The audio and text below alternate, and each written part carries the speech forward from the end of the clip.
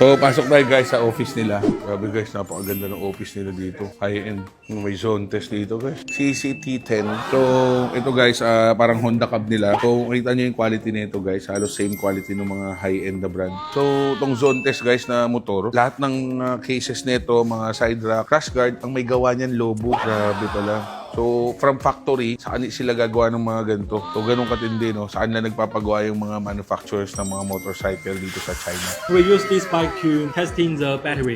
Binili nila tong motor para lang matesting nila yung battery. Then, you will produce battery? We already have battery. You have battery, Lobo battery?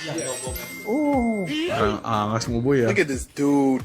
So, kung hindi nakakaalam guys, ang Lobo is start yan 2013. Company honors. Slogan nila guys, more professional, better riding. Lobo. So, mga motor lang dito guys, lahat ng accessories nito, puro Lobo. So, ultimo side mirror nila, nabibend. Ganda, no? Oo, mga nadamit na nila sa bugbog na, Lobo lang to. Adjustable. Yung one is adjustable. Depende sa'yo kung anong gusto mong lapit. Halimbawa, wala ka namang angkas, gusto mo ilapit, pwede to. Lalagay mong ganyan, lalak mo dito. Pwedeng ganyan. Ilipat mo rin dito yung butas, maglalak din siya. Galing. Thank you very much. Ito lahat guys, Lobo. At ito, napakaganda. Ito guys, CNC to. Wow. So usually plastic ang bisagra, sila CNC. Ito yung nakita natin kanina na part na radiator panel. So meron silang carbon fiber niyan.